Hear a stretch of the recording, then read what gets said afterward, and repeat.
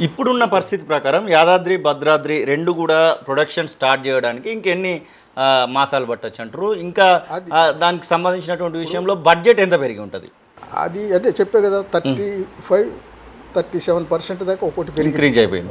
చాలా ఎక్కువ. ఇవన్నీ వేల కోట్లు, అది 150 కాదు, వేల కోట్లో ఉందో దానికి 30% అంటే 37 అంటే వివరాలన్నీ ఉన్నాయి, లెక్కలు వేసుకోవచ్చు, ఇబ్బంది లేదు. చాలా భారీగా పడతాయి, విపరీతమైన భారం వినియోగదారుల మీద పడుతుంది. ఓకే. అయితే రెగ్యులేటరీ కమిషన్ ముందుకు వచ్చినప్పుడు వాళ్ళు కొంత తగ్గించారు. భద్రాద్రికి ఒక 1800 కోట్లు ఎంతో తగ్గించారు. అయినా కూడా తగ్గిస్తే మనకి ఛార్జీల రూపంలో ఆ మేరకు భారం పడదు, కానీ ఆ ఖర్చు అంతా కూడా ప్రజల సొమ్మే. అందువల్ల ప్రత్యక్షంగా కానీ పరోక్షంగా కానీ ప్రజల సొమ్ము వృధా అయిందనేది మనకి తేలుతున్న సారాంశం. అందువల్ల అది అంటే ఏంటంటే, ఒక రకంగా చెప్పాలంటే ఈ 2 ప్రాజెక్టులు ఆల్రెడీ భద్రాద్రి పూర్తయిందన్నారు, యాదాద్రి ఈ ఏడాది వస్తుంది అంటున్నారు, ప్రభుత్వం చెబుతుంది. అందువల్ల ఇవి వస్తే ఎంత టారిఫ్ అవుద్ది, వినియోగదారుల మీద ఎంత భారం పడుతుంది అనేది. అప్పుడు ఎలక్ట్రిసిటీ మినిస్టర్గా జగదీష్ రెడ్డి పనిచేశాడు, సీఎండీగా ప్రభాకర్ రావు ఉన్నాడు, ముఖ్యమంత్రిగా చంద్రశేఖర్ రావు ఉన్నారు. వీళ్ళందరూ ఇంత అనాలోచితంగా నిర్ణయాలు తీసుకుంటా ఉంటే చాలామంది మీలాంటి విద్యుత్ రంగ నిపుణులు వాళ్ళందరూ కూడా హెచ్చరించిన సందర్భాలు ఉన్నాయి. అప్పుడు వాళ్ళ యొక్క రెస్పాన్స్ ఎట్లా కనబడింది? అసలు మీకు సంబంధించినటువంటి విషయాలను కేర్ చేశారు? అసలు రెస్పాన్స్ అంటే పట్టించుకోవాలి. ఇప్పుడు కమిషన్ ముందు డీటెయిల్డ్గా రైటింగ్లో వేసాము, ఆ పబ్లిక్ హియరింగ్లో ఓవరాల్గా కూడా మాట్లాడి డీటెయిల్డ్గా చెప్పాం. ఓకే. చెప్పినా కమిషన్ పట్టించుకోలేదు, ప్రభుత్వం పట్టించుకోలేదు. అయితే ఇక్కడ వచ్చిన సమస్య ఏంటంటే, ఇప్పుడు మన ప్రభాకర్ రావు గారు ఏంటి, ప్రభుత్వం తీసుకున్న నిర్ణయం మేము కాదు అని, కేబినెట్ నిర్ణయం నేను వాస్తవం కూడా కావచ్చు. ఎందుకంటే పైనుంచి ముఖ్యమంత్రి లెవెల్లో ఆదేశం వచ్చాక దాన్ని కాదని చేసే పరిస్థితి లేదు. అయితే ఇక్కడ ఒక విషయం మనం ఆలోచించాలి. ఎందుకంటే ఇవన్నీ సాంకేతిక పరమైనవి, లీగల్ పరమైనవి, ఆర్థిక పరమైన అంశాలు ఉన్న ఇష్యూ. ఈ విద్యుత్ కొనుగోలు కానీ ఇది ఛత్తీస్గఢ్ అలాంటివి వచ్చినప్పుడు ఆ ఇష్యూస్లో నిష్ణాతులైన వాళ్ళు మన అధికారుల్లోనే ఉంటారు. ఇంజనీర్స్ ఉన్నారు, ఆఫీసర్స్ ఉన్నారు, అలాగే మనకు లీగల్ అడ్వైజర్స్ ఉంటారు. వాళ్ళందరి అభిప్రాయాలు కూడా తీసుకుని ఏ పద్ధతిలో చేస్తే బాగుంటుందనేది అన్నీ పరిశీలించి మనకి తొందరగా విద్యుత్ లభించేది, తక్కువ రేటు లభించేది ఎక్కడ అవకాశం ఉందనేది అలాంటి ప్రయత్నం చేసినట్టు కనపట్ల.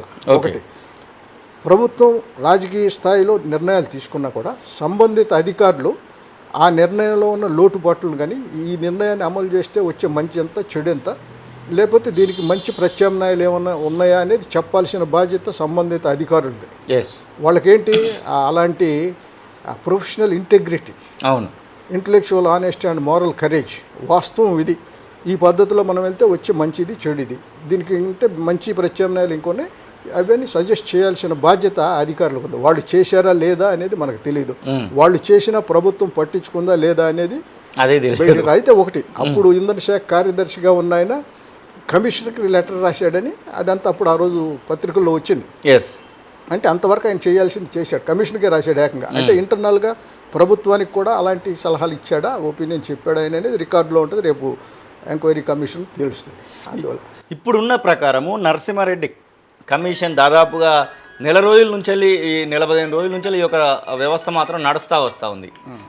నరసింహారెడ్డి కమిషను పూర్తి స్థాయిలో విచారణ చేసి ఖచ్చితంగా దీనిలో ఉన్నటువంటి దోషులను నిర్ధారిస్తుందనేటువంటి నమ్మకం మీలాంటి ఎవరైతే విద్యుత్ రంగం సంబంధించినటువంటి విషయంలో కొట్లాడుతూ ఉన్నారో మీలాంటి వాళ్ళకి నమ్మకం కలుగుతూ ఉందా ఈ నరసింహారెడ్డి కమిషన్ అడుగులను చూస్తూ ఉంటే? ఇప్పుడు ఒక కమిషన్ వేశారంటే ఆ కమిషను నిష్పాక్షికంగా వాస్తవాల ఆధారంగా విచారణ జరిపి ఎవరెవరైతే బాధ్యులో లేకపోతే ఎవరి నుంచి అయితే మనకి కొంత వివరణ ఇచ్చి కమిషన్ విచారణకు అసిస్ట్ చేయగలిగే వాళ్ళు ఉన్నారో వాళ్ళందరూ వ్యూస్ అన్నీ కూడా తీసుకుని, రికార్డులో ఉన్న వ్యూస్ అన్నీ తీసుకుని వాస్తవ పరిస్థితి ఏంటి, మంచి ఏంటి, చెడు ఏంటి అనేది నిర్ధారించి సూచనలు చేయడానికి అవకాశం ఉంది. మనకి సిఏజీ రిపోర్ట్స్, కంప్యూటర్ డాటర్ వాళ్ళు చేస్తున్నాయి కూడా ఇవే. కాకపోతే వాళ్ళు రికార్డ్స్ అన్నీ తెచ్చి క్షుణ్ణంగా అధ్యయనం చేసి అనాలిసిస్ చేసి ఇదిగో ఇక్కడ తప్పు జరిగింది, ఈ పద్ధతిలో మీరు చేసి ఉండాలి, ఇక ముందు ఇలా చేయకూడదని ఇస్తారు. అలాగే మనకి ఎంక్వైరీ కమిషన్స్ కూడా అదే పద్ధతిలో ఇస్తాయి. ఓకే. వాళ్ళు విచారణ జరపకపోవచ్చు అందరినీ సిఏజీలో. ఇక్కడ ఎంక్వైరీ కమిషన్కి పూర్తి అధికారం ఉంది, ఎవరినైనా పిలవచ్చు. ఇందాక మీరు అన్నారు సీఎం గారికి కూడా ఇచ్చారు. సీఎం గారికి ఇచ్చారేంటేంటి, ఆల్రెడీ ఆ రికార్డ్స్ అవన్నీ కమిషన్కి ఇచ్చారు, అధికారుల నుంచి వివరణలు తీసుకున్నారు. ఇంకా తర్వాత పబ్లిక్ ఇంట్రెస్టెడ్ ఈ సబ్జెక్ట్ కాస్త ఎంతో అంత తెలిసిన వాళ్ళ నుంచి కూడా ఇచ్చిన అభిప్రాయాలు ఉన్నాయి. వీటన్నిటిని ఆధారం చేసుకునే అది ఎవరెవరు బాధ్యులు అనేదానికి ఎవరి దగ్గర వివరణ తీసుకోవాలనేది కమిషన్ ఒక నిర్ధారణకు వచ్చాక అందరికి ఇచ్చింది. ఇది ఎవరిని ఒకళ్ళని టార్గెట్ చేయటం ఇంకోళ్ళు చేయకపోవడం కాదు. బాధ్యులు ఎవరు అనేదానికి వారు వివరణ ఇవ్వడానికి అవకాశం ఇస్తుంది. వివరణ ఇవ్వకుండా రేపు మళ్ళీ వాళ్ళు ఫలానా అయినా ఇది బాధ్యుడు ఇది అని అనకుండా వివరణ ఇచ్చి డెమోక్రటిక్గా వ్యవహరిస్తుంది కమిషన్ కూడా. అందులో తప్పేం లేదు. అసలైన తొలి వెలుగు. ఫాలో వాట్సాప్ @తొలి వెలుగు official.